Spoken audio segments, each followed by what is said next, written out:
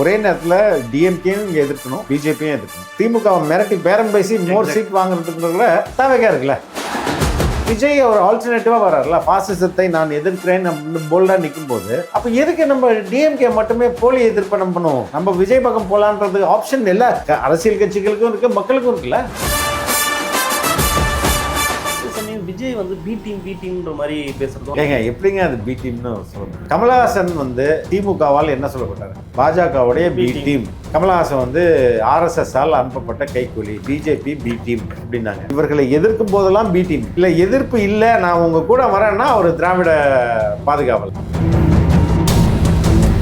மக்கள் வந்து முட்டாள்கள் கிடையாது. They know what is happening. Prashanth கிஷோரும் Vijay ஒப்பிட்டு பேசுறதெல்லாம் எப்படி பாக்குறீங்க? பிரசாந்த் கிஷோர் நீங்க எதுக்கு அப்புறம் ஹையர் பண்ணி டிஎம்கே வின் வச்சிங்க? டிஎம்கே அஃபிஷியலா பிரசாந்த் கிஷோர் ஹையர் பண்ணிச்சுல, கண்டிப்பா. அப்ப ஏன் பண்ணாங்க? சப்போஸ் 2026 எலெக்ஷன்ல திமுக வின் பண்ணா என்ன மாதிரி நிலைமைகளா இருக்கும்? இந்த தேர்தல் வந்து எல்லாருக்குமே வாழ்வா சாவாது. வந்து வெற்றி பெற்ற கட்சி சர்வைவ் ஆகும், வெற்றி பெறாத கட்சியை வந்து உண்டிலன்னு பண்ணுவோம். திமுக தோத்துச்சுன்னா அவ்வளவுதான், மறுபடியும் அதை ஆட்சிக்கே வர முடியாது. சிறுபான்மையோட ஓட்டு வந்து விஜய்க்கு இருக்கும். சிறுபான்மை மைனாரிட்டிஸ் எல்லாரோட ஓட்டு தானே அவருக்கு வரும். தலித்துகளோட ஓட்டு கான்சன்ட்ரேட் பண்றாரு. எல்லாரோட ஓட்டு. சிறு சினிமா பிரபலங்கள் எப்படி விஜய்க்கு ஒரு இதாக இருக்கும்? ஏன்னா ஜனநாயகம் ஒரு பக்கம் வரப்போகுது. Cinema today is controlled by one family. Red Giant வந்து அவங்க வந்து டிஎம்கே இஸ் கண்ட்ரோலிங். சிவகார்த்திகேயன் ஏதாவது விஜய்க்கு ஆதரவு பண்ணி ஆதரவாக பேசினாரோ ட்வீட் பண்ணாரோ படத்தை நிறுத்திட்டாங்கன்னா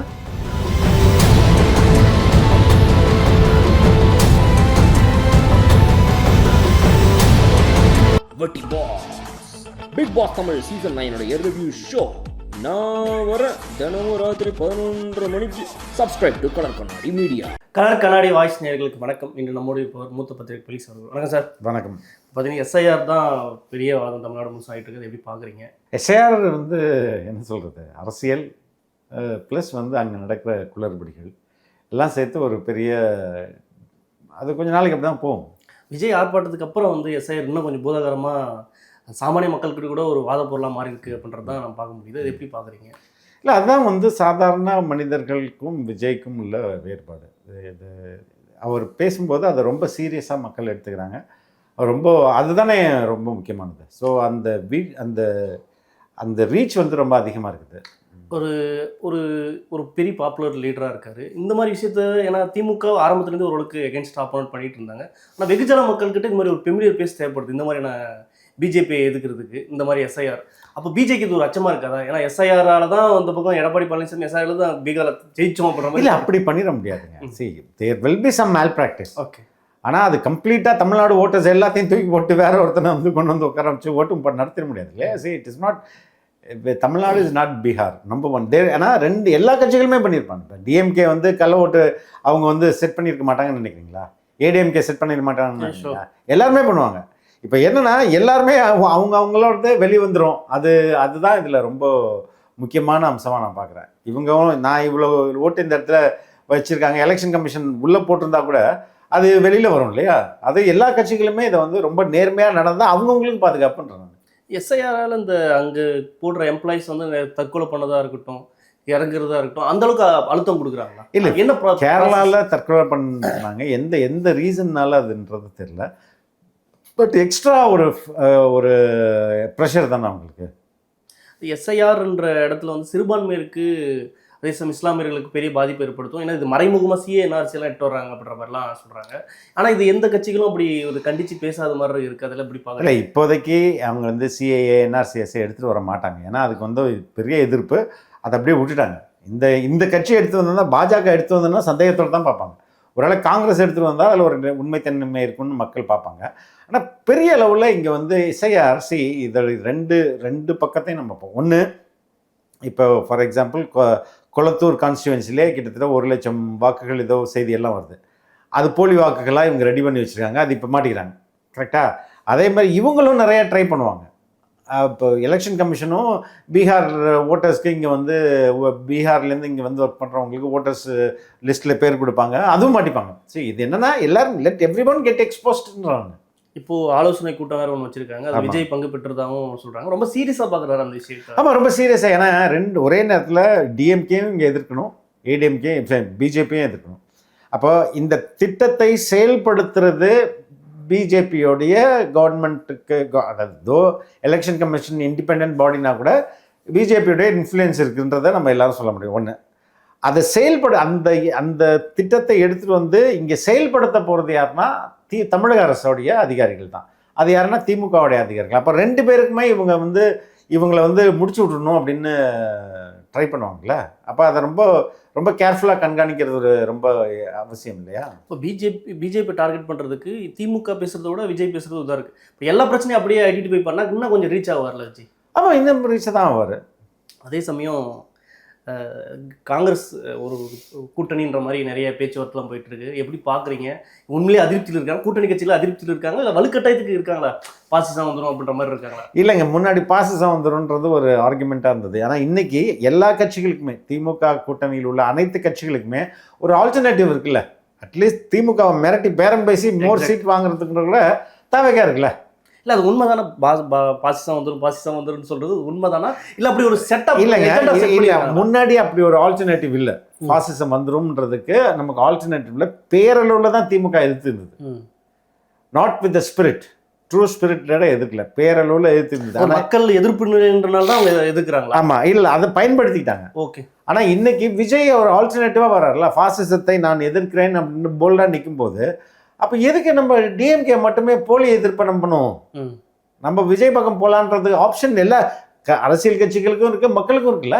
அதே சமயம் விஜய் பி டீம்ன்ற மாதிரி பேசுறதும் ஆர்எஸ் சித்தாந்தத்தோட ஒரு மெர்ஜில் இருக்கான்னு சொல்றோம். இந்த பி டீம்ன்ற அரசியல் எப்படி பாக்குறீங்க? எப்படிங்க அது பி டீம்னு சொல்ல முடியும்? நம்புறீங்களா? பி டீம் எப்படி இருக்க முடியும்? சரி, பி டீம் இருக்கும், நம்ம இல்லைன்னு சொல்ல வரல. இப்போ ஃபார் எக்ஸாம்பிள்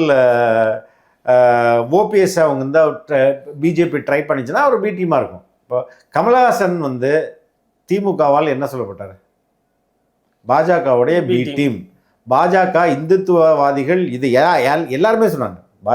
திமுக மட்டும் சொல்லலை, இங்கே இருக்கிற எல்லா அரசியல் கட்சிகளும், திமுக கூட்டணியில் இருக்கிற எல்லா அரசியல் கட்சிகளும் கமலஹாசன் ஆர்எஸ்எஸ்ஸால் அனுப்பப்பட்ட கைக்கூலி, பிஜேபி பி டீம் அப்படின்னாங்க.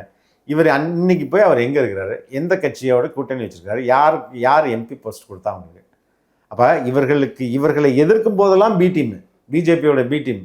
இல்லை எதிர்ப்பு இல்லை, நான் உங்கள் கூட வரேன்னா அவர் திராவிட பாதுகாவலர், மதவாத எதிர்ப்பாளர், மதவாதத்துக்கு எதிராக போர் புரிந்து தமிழ்நாட்டில் மதவாதத்தை தடுக்கிறார். இப்படி தான் இவங்க உடனே பார்த்த பிஜேபியில் போனால் வாஷிங் மிஷின் மாதிரி, இங்கே போனால் அந்த பி டீமை வாஷ் பண்ணி உடனே திராவிடம் 2.0 போட்டு தூக்கி போட்டுருவாங்க. அதுதான் சீமானும் அப்படி தான் சொன்னாங்க. பி டீம் சீமானே அப்படி தான் சொன்னாங்க. இந்த பி டீம்ன்ற அரசியல் தமிழக மக்கள் உண்மையிலே எது எடுபடுதா? ஃபர்ஸ்ட் கொஞ்ச நாள் எடுபட்டுதுங்க. அதுக்கப்புறம் இது எல்லாரையும் பி டீம் தான் வைங்களேன். இவனடா எல்லாரையும் பி டீம்ன்றான், இவன் தான்டா பி டீம்னு மக்கள் முடிவு பண்ண ஆரம்பிச்சிட்டாங்க. இப்போ விஜய் இந்த பி டீம் சொல்ற பாலிடிக்ஸ் ஒன்றும் அது கொஞ்சம் கூட டேக் ஆஃபே ஆகாது. அந்த செட்டப்பை வச்சுட்டு இப்போ எஸ்ஐஆர் கூட பார்த்தீங்கன்னா மென்மையை கண்டிக்குது பாஜகவை அப்படின்ற மாதிரி அப்படி சொல்லிட்டு இருக்க வேண்டியதாங்க. இவர்கள் சொல்லிக்கொண்டே இருக்க வேண்டியதுதான். மக்கள் முட்டாள்கள் கிடையாது. They know what is happening. அவர்களுக்கு தங்களை சுற்றி நடக்கிறது எல்லாமே தெரியும்ல. அதே சமயம் பீகார் எலெக்ஷனுக்கு அப்புறம் பிரசாந்த் கிஷோரும் விஜயும் ஒப்பிட்டு பேசுறதெல்லாம் எப்படி பாக்குறீங்க? அது நேற்று ரவிக்குமார் என்ன சொல்றாருன்னா, பிரசாந்த் கிஷோர் மண்ணை கவன மாதிரி விஜய் மண்ணை கவ்வார். பிரசாந்த் கிஷோர் நீங்க எதுக்கு அப்புறம் ஹையர் பண்ணி டிஎம்கே வின் வச்சிங்க? டிஎம்கே அஃபிஷியலாக பிரசாந்த் கிஷோர் ஹையர் பண்ணிச்சுல. கண்டிப்பாக. அப்போ ஏன் பண்ணாங்க? பிரசாந்த் கிஷோர் இல்லை முக்கியம். இப்போ டிஎம்கே பிரசாந்த் கிஷோரை பயன்படுத்தி பிரசாந்த் கிஷோர் திமுகவை வெற்றி பெற வைக்கல. வெற்றி பெற இடத்துல திமுக இருந்தது, அங்கே போய் இவர் ஒட்டுக்கிட்டார். பிரைம் மினிஸ்டர் நரேந்திர மோடிக்கு ஃபர்ஸ்ட் டைமில் நல்ல வேவ் இருந்தது, அவர் வெற்றி பெற போகிறார் என்பது இவர் போய் போட்டினார். இவரால் வெற்றியை தீர்மானிக்கவே முடியாது. ஒரு தனி மனிதரால், ஒரு ஸ்ட்ராட்டஜிக் கம்பெனியால் எப்படி எலெக்ஷனுடைய வெற்றி தோல்வியை தீர்மானிக்க முடியும்? மேபி அவர் கைடு பண்ணலாம், ஓகே, மற்றபடி கிரவுண்ட் ரியாலிட்டியே சொல்லலாம். மொத்த தமிழ்நாட்டை நான் மாற்றி உங்களுக்கு நான் வெற்றி பெற வைக்கிறேன்னு சொல்லட்டுமே. தமிழக வாழ்வுரிமை கட்சின்னு ஒன்று இருக்குது, நம்ம தோழர் வேல்முருகன். அவர் கட்சியை தமிழ்நாட்டில் ஃபுல்லாக ஜெயிக்க வச்சு சிஎம் ஆக்கிற சொல்லுங்கள் பிரசாந்த் கிஷோர். முடியுமா? முடியாது, இம்பாசிபிள்ல. அப்போ இப்போ விஜயை நீங்கள் சிறுமைப்படுத்தணும். ஆனால் அன்னைக்கு உங்களுக்கு தானே தேவைப்பட்டது. அஃபிஷியலாக யாருங்க ஹையர் பண்ண? திமுக தான். இப்போ விஜய் அஃபிஷியலாக ஹையர் பண்ணியிருக்காரா? இல்லை இல்லை இல்லை. அவருமே ரெண்டு பேருமே அந்த மேடையை சொன்னாங்க, இல்லைங்க ஐ மே கிவ் சம் சஜஷன்ஸ், அதுதான் என்னுடைய வேலைன்னு பிரசாந்த் கிஷோர்னு சொல்லிட்டு போயிட்டாரு. இப்போ எதுக்கு அவங்க கூட நீங்க வந்து நினைச்சு பார்க்குறீங்க? அது ஒரு பி டீம் பாலிடிக்ஸ் மாதிரி தான். என்ன அவர் எங்க பி டீம்? இல்ல அப்படி ஒரு பாலிடிக்ஸ் தானே. நீ தோத்து போயிருவ. அதே மாதிரி தான் அந்த ஒரு 2 அவர் வேன்ல பிரசாந்த் கிஷோர் வந்து வேன்ல இருக்கும்போது 2 படத்தை எடுத்து போட்டு அந்த இளைஞர்கள் வர்ற மாதிரி அதே மாதிரி விஜய் படத்தை எடுத்து போட்டு பாரு, அந்த கதை தான் உனக்கு. இதெல்லாம் வைத்தறிச்சலோடைய வேலை தானே. ஒரு ஸ்டாண்டர்டு இப்போ ஒரு விமர்சனமோ ஒரு ஒரு ஜென்யூனாக அட்டன் பண்ணுறதோ விஜய் அப்படி இல்லாத மாதிரி இருக்குல்ல யார் சைட்லேருந்து? திமுக சைடில் இல்லைங்க. அவங்க வந்து டெஸ்பரேட்டு, எல்லாத்துக்கும் பண்ணுவாங்க. புரியுதுங்களா நான் சொல்கிறது? எந்த சின்ன கேப்பு கிடைச்சா கூட அதில் குறை சொல்ல முடியுமா? குறை சொல்ல முடியுமா? அப்போ இது என்ன ஆகுதுன்னா ஒரு பெரிய விமர்சனமே ஒரு பெரிய பண்டிலாக மாறுது இல்லையா? இப்போ மக்கள் மத்தியில் என்னடா இவனுங்களுக்கு வேறு வேலையே இல்லையான்ற மாதிரி ஆகிடும். ஏதாவது ஒரு கீ ஏரியா எடுத்து அதில் வந்து அவங்க ஃபோக்கஸ்டாக அடித்தா பரவாயில்ல, அது கொஞ்சம் புத்திசாலித்தனமாக அடித்தாலும் பரவாயில்ல. எவ்வளோ முட்டாள்தனமாக அடிக்க முடியுமோ அவ்வளோ முட்டாள்தனமான விமர்சனங்கள் வைக்கும்போது மக்களுக்கே கடுப்பாகுது இல்லை? சப்போஸ் 2026 எலெக்ஷனில் திமுக வின் பண்ணால் என்ன மாதிரி நிலைமைகளாக இருக்கும் விஜய்க்கு, விஜய் சைடாக இருக்க கட்சிகளாக இருக்கட்டும்? இல்லைங்க, இந்த தேர்தல் வந்து எல்லாருக்குமே வாழ்வா சாவா தேர்தல் தான். இதில் வந்து வெற்றி பெற்ற கட்சி சர்வைவ் ஆகும், வெற்றி பெறாத கட்சியை வந்து உண்டிலன்னு பண்ணுவாங்க.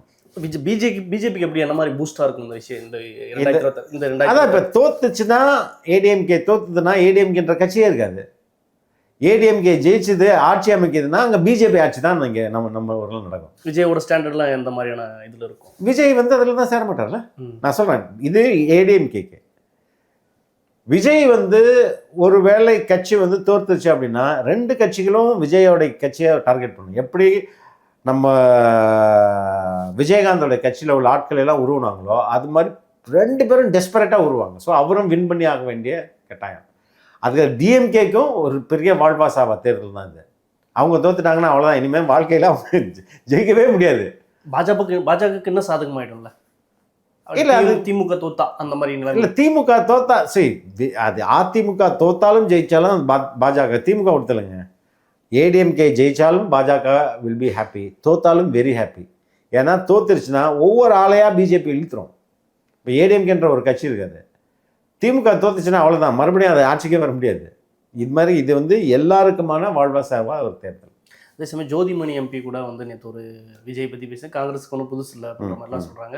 இது இன்னும் இது சிறுபான்மை ஓட்டு வந்து கேரளாவில் அந்த ஒரு போலரைசேஷன் பண்ணி அவர் இருக்கிற மாதிரி இருக்குன்னு சில வேகூர்லாம் சொல்கிறாங்க. எப்படி பார்க்குறீங்க? இல்லைங்க, he will contribute in a higher way in Kerala as well as Pondicherry and Tamil Nadu. விஜய்க்கு அந்த 3 ஸ்டேட்லையும் காங்கிரஸுக்கு நிச்சயமாக உதவ முடியும். அது வந்து வாய்ப்புகள் இருக்குது. அதை காங்கிரஸ் தான் உணரணும். அவங்களுக்கு தெரியும், அவங்க அப்ரோச்சும் பண்ணுவாங்க. சிறுபான்மையோட ஓட்டு வந்து விஜய்க்கு இருக்கும். சிறுபான்மை மைனாரிட்டிஸ் எல்லாரோட ஓட்டு தானே அவருக்கு வரும். தலித்துகளோட ஓட்டு கான்சன்ட்ரேட் பண்ணுறாரு. எல்லாரோடைய சிறு கட்சிகள், இந்த புதிய நீதி கட்சியாக இருக்கட்டும், ஜான் பாண்டியன் கட்சிகளாரும் அங்கே எடுத்துக்கிட்டா இன்னும் ஒரு இதாக இருக்கும் அப்படின்ற மாதிரிலாம் சில வாதங்கள்லாம் ஏற்படுது. விஜய்க்கு அப்படி ஒரு இது இருக்கா? விஜயை பொறுத்தவரையும் சாதி, மதம், இனம், மொழி அதை பார்த்து அவருக்கு ஓட்டு போடுறதில்ல. விஜய்ன்ற இண்டிவிஜுவலுக்காக போடப்படுகிற வாக்குகள் தான். அதனால அது வந்து எல்லாருக்குமான எல்லார்டையும் தானே அவருக்கு ஓட்டு போகும். சினிமா பிரபலங்கள் எப்படி விஜய்க்கு ஒரு இதாக இருக்கும்? ஏன்னா ஜனநாயகம் ஒரு பக்கம் வரப்போகுது. சரி, அந்த இதில் எப்படி இருக்கும்? ஏன்னா இல்லைங்க, அது எப்படின்னா cinema today is controlled by one family. The Red Giant வந்து அவங்க வந்து டிஎம்கே இஸ் கண்ட்ரோலிங் இட். அப்போ இன்றைக்கி அவங்களோட பிஸ்னஸ் முக்கியம். எல்லா நடிகைகளுக்கும் அவங்களோட பிஸ்னஸ் முக்கியம். இப்போ இவர்களை எதிர்த்துட்டு பேசணும் அப்படின்னு விஜய்க்கு சப்போர்ட் பண்ணணும்னா நாளைக்கு அவங்களுக்கு திரைப்படம் கிடைக்காது, படம் வெளியே வராது, சிக்கல் வரும். இவங்க ஆட்சியில் இருக்கிறது வரையும் அந்த நியூட்ரல் பாயிண்ட்னு ஒன்று வரும்ல. இப்போ ஆல்மோஸ்ட் விஜய் வந்து வெற்றி பெறாரு அப்படின்றது ஒரு ஒரு ஒரு ஒரு கணிப்புக்கு மக்கள் வந்து நிற்பாங்கல்ல, அன்னைக்கு திரையுலகமும் அவர் பின்னாடி நிற்கும். ஆனால் இப்போதைக்கு அவங்க பிஸ்னஸ் தானங்க முக்கியம். சிவகார்த்திகேயன் ஏதாவது விஜய்க்கு ஆதரவாக பேசினாரோ, ட்வீட் பண்ணாரோ, படத்தை நிறுத்திட்டாங்கன்னா அந்த பயம் எல்லாருக்கும் இருக்கும்ல. ஆனால் பாலிடிக்ஸ் பீகார் தேர்தலுக்கு ஆப்டர், ஏன்னா நீங்கள் 4 வருஷம் செய்கிறத விட இந்த 6 மாதம் ஒர்க் அவுட் பண்ணுறது தான் ரிசல்ட் அப்படின்ற மாதிரி இல்லைங்க. இது 6 மாதம் நீங்கள் வந்து ஒரிஜினல் ஃபேஸை காட்டிட்டீங்க. இனிமேல் நீங்கள் காட்ட போகிறதெல்லாம் ஏமாற்று முகம் தான். என்ன பண்ணிட முடியும் 6 மாதத்தில்? பழைய ஓய்வூதிய பென்ஷனை கொடுத்துட போகிறேன்னு சொல்லுவீங்களா? நாளைக்கே கொடுக்குறீங்களா? நம்புவானா மக்கள்? பீகார் தேர்தலில் 10,000 ரூபாய் கொடுத்தாங்க. ரைட், நீங்கள் அது மாதிரி 10,000 ரூபாய் கொடுக்க போகிறீங்களா இன்றைக்கி? சரிங்களா? இப்போது பீகார் வேறு, தமிழ்நாடு வேறுல்ல.